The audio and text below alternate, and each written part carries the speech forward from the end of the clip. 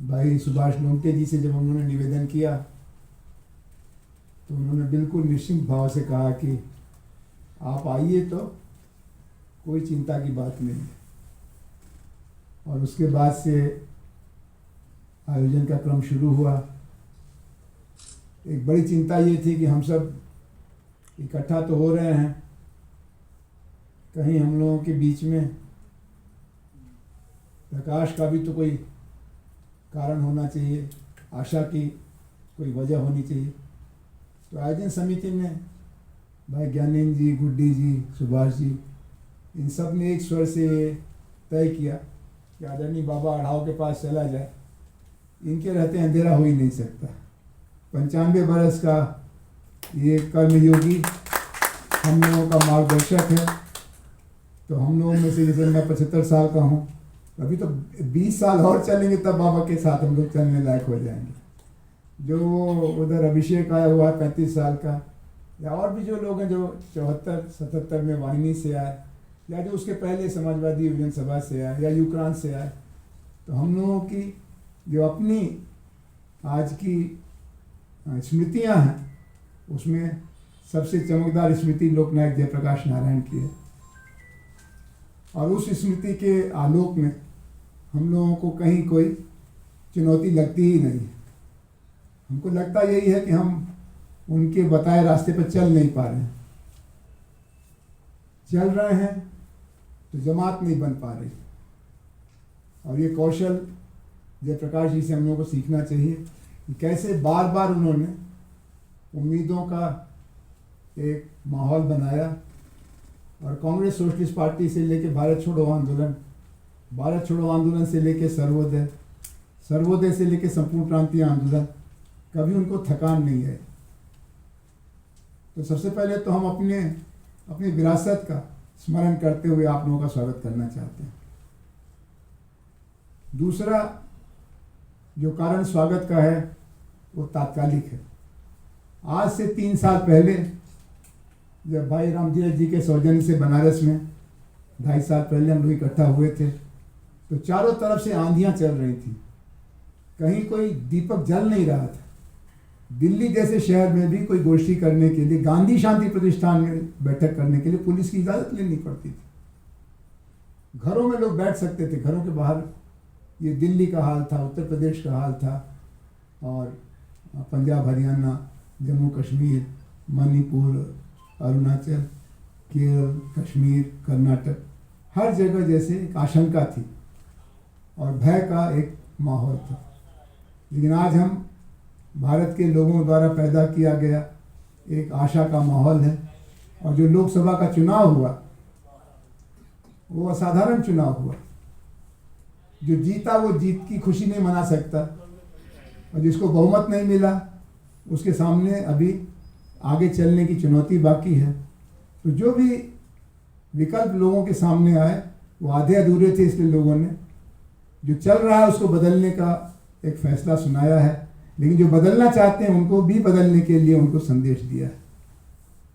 तो ये बहुत स्वागत का माहौल है। इस समय जितनी सक्रियता होगी उतना अच्छा परिणाम मिलेगा।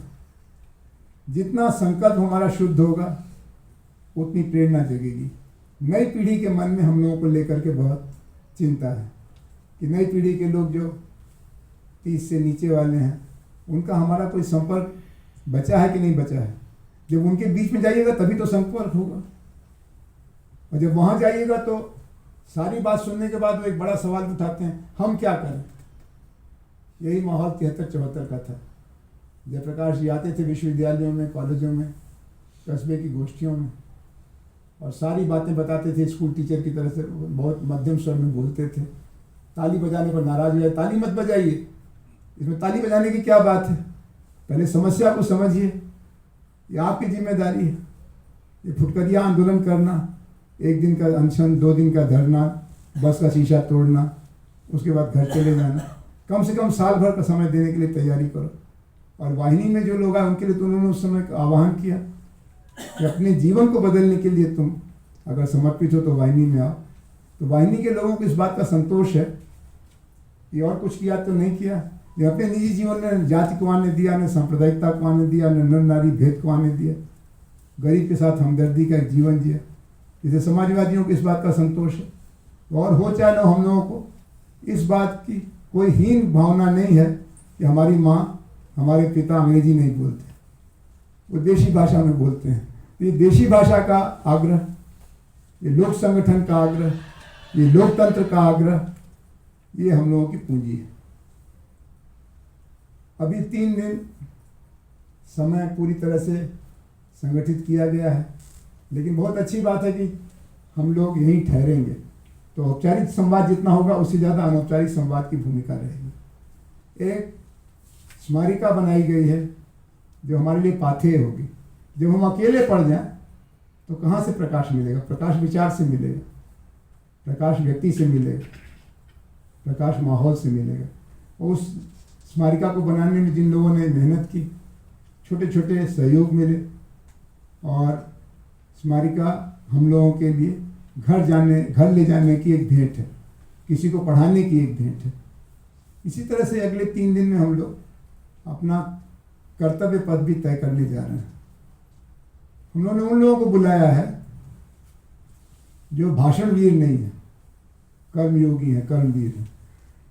अलग अलग संगठनों को जिन्होंने जयप्रकाश जी ने बनाया, सिटीजन्स फॉर डेमोक्रेसी, छात्रवाद संघर्ष वाहिनी, सर्व सेवा संघ, उससे जुड़े लोग हैं। कई लोग तो ऐसे हैं जो बिल्कुल सड़क पर चल रही लड़ाई से उठ के आए हैं। भाई रामधीरज जी और उत्तर प्रदेश से जो टीम आई है, ये 100 दिन का आंदोलन चला रहे हैं, क्योंकि सरकार ने आतंकवादियों का कोई दफ्तर नहीं गिराया, ड्रग स्मगलरों पर कोई हमला नहीं किया, बीफ व्यापारियों पर कुछ नहीं किया, उनसे तो चंदा लिया। लेकिन जयप्रकाश नारायण विनोबा गांधी के साहित्य को हिंदी और अंग्रेजी में प्रकाशित करने का 60 बरस से चल रहा यज्ञ, उसमें राक्षसों की तरह से आकर उन्होंने बाधा डाल दी। भवन के बाद भवन तोड़ दिया, न अदालत में सुनवाई, न दफ्तर में सुनवाई, न सरकार में सुनवाई। तो जनता तो सबसे बड़ी अदालत है। हारते हारते बचे माननीय प्रधानमंत्री। पिछली बार जब लड़े थे तो 4.5 लाख वोट से जीते थे। इस बार आधे मन से उनके खिलाफ लड़ने वालों को भी जनता ने करीब करीब जीत के पास पहुंचा दिया। अयोध्या में तो उससे बड़ी बात होगी। मैं उत्तर प्रदेश का हूं, जब से बाबरी मस्जिद तोड़ी गई, या कहीं जब से भारत का बंटवारा हो, उत्तर प्रदेश के लोग शर्मिंदा, क्योंकि भारत के बंटवारे में उत्तर प्रदेश के लोगों का बड़ा हाथ था।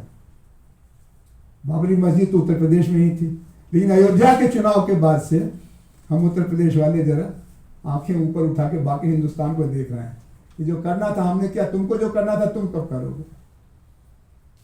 लेकिन खाली चुनाव नहीं है, बाबा राव की जिंदगी, डॉक्टर पारिक की जिंदगी इस बात का प्रमाण है। आपने सुना ना कितना लंबा विवरण था इनकी कर्मयोग का, लेकिन एक बार भी नहीं बताया भाई जयंत जी ने कि बाबा लोकसभा में जीते, बाबा इस पद के मंत्री रहे, उस प्रांत के मुख्यमंत्री, वो सब कुछ नहीं है।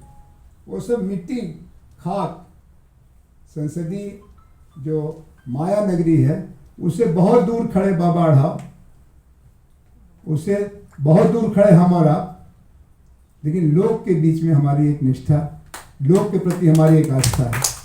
तो मैं इस पुण्य कर्तव्य को पालन करते हुए बहुत संतोष महसूस कर रहा हूँ। हम लोगों की एक कसौटी तो है कि लोगों को क्या चाहिए, एक कसौटी है कि हमारे पुरखों को क्या चाहिए। तो मैं जब दीवार पर लिखी इबारत देखता हूँ, वो वाली या ये वाली, तो अगर जयप्रकाश जी जिंदा होते हम लोग से क्या उम्मीद करते, और उसको कसौटी मान करके हार और जीत से ऊपर, राग और द्वेष से अलग हम लोगों को अपने काम को पूरा करना। अगर जयप्रकाश नारायण आज जिंदा होते तो वो हमसे क्या उम्मीद करते, वो खुद क्या करते, उस पैमाने पर हम लोग अपने को खरा उतारने की कोशिश करें, इसकी बड़ी ज़रूरत है। यहाँ जो भी लोग आए हैं, हर व्यक्ति का किसी न किसी आंदोलन से जिंदा संबंध, जो लोग संबोधित करेंगे वो अपने अनुभव के प्रकाश में हम लोगों के साथ साझेदारी करेंगे। जो लोग आए हैं वो अपनी जगह पर काम कर रहे हैं, कोई इसमें से ऐसा नहीं जो सो के उठ के घर से निकला है, पिकनिक मनाने आया है, लेकिन हर कोई ये अपने अधूरेपन को भी जानता है, जानती है कि हमारे साथ कुछ और लोग जुड़ जाएं तो हमारा काम आगे बढ़ेगा। इसीलिए लोकतांत्रिक राष्ट्र निर्माण अभियान बनाएंगे। ये मंच नहीं है, ये सभा नहीं है, ये संगठन नहीं है, ये समिति नहीं, अभियान है, कैंपेन है।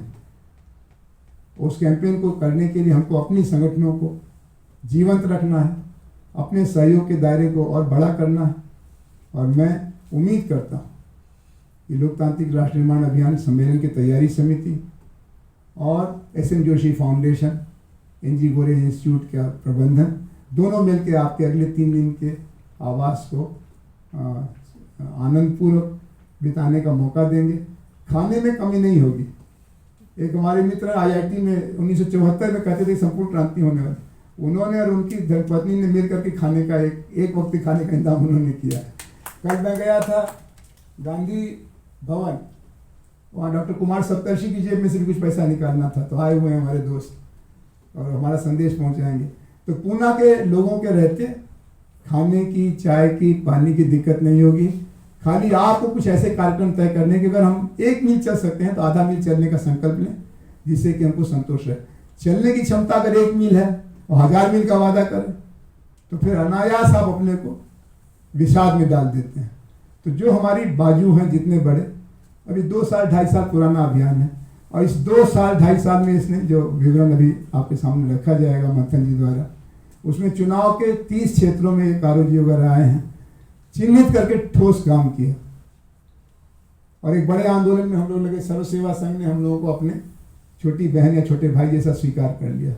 हम लोग को उम्मीद है कि CFD भी हम लोगों को इसी तरह से अपना पार्टनर इन स्ट्रगल के तौर पर कबूल करेंगे। जितना हमारा इस तरह के संगठनों से संबंध बनेगा उतनी हमारी सार्थकता होगी। इसी सलाह के साथ, इसी निवेदन के साथ मैं फिर से आप सबका हार्दिक स्वागत करता हूं और उम्मीद करता हूं कि आज के 3 दिन बाद जब समापन सत्र में हम बैठेंगे तो आपको लगेगा कि एक सार्थक शुरुआत हो रही है। बहुत धन्यवाद।